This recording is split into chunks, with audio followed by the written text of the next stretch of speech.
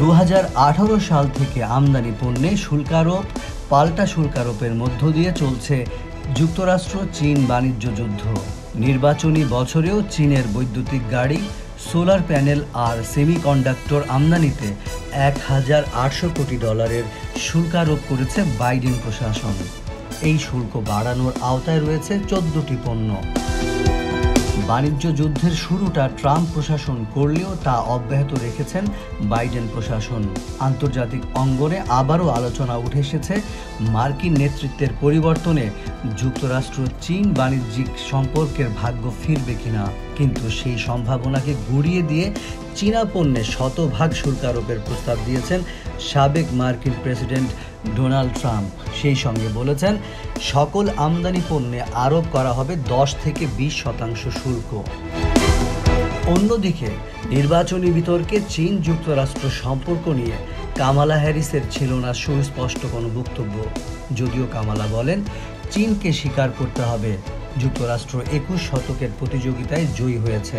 তবে বিশ্লেষকরা বলছেন যুক্তরাষ্ট্র আর ইউরোপের সঙ্গে চীনের বাণিজ্যিক দ্বন্দ্ব চলতেই থাকবে। আসন্ন মার্কিন প্রেসিডেন্ট নির্বাচনে যেই জয়ী হোক না কেন চীনের বিপক্ষে সিদ্ধান্ত আসতেই থাকবে।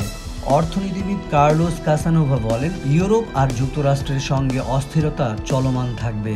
চীনের বিরুদ্ধে পদক্ষেপ নেওয়া হবেই। আরও শুল্কারোপের প্রয়োজন পড়বে, কারণ চীনের রপ্তানি অনেক বেড়ে গেছে ইউরোপে।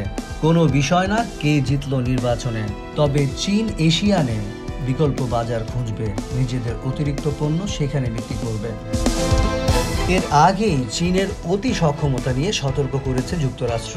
গেল মে মাসে অর্থ সচিব জেনেট ইয়েলেন বলেছেন চীনের অতিরিক্ত শিল্প উৎপাদন ক্ষমতায় ইউরোপ আর যুক্তরাষ্ট্রের শিল্প খাতের পাশাপাশি উন্নয়নশীল দেশের শিল্প উৎপাদনকে হুমকিতে ফেলেছে।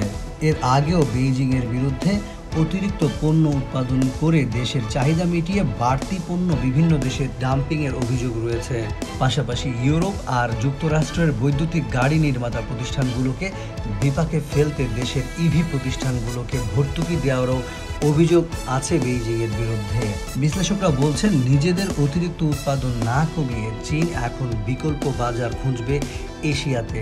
কিন্তু এশিয়ার অনেক দেশে আর্থিক পরিস্থিতি স্থিতিশীল না থাকায় উন্নত দেশ ছেড়ে নতুন বাজার ধরাটাকে বেশ কঠিন হিসেবে দেখছেন তারা।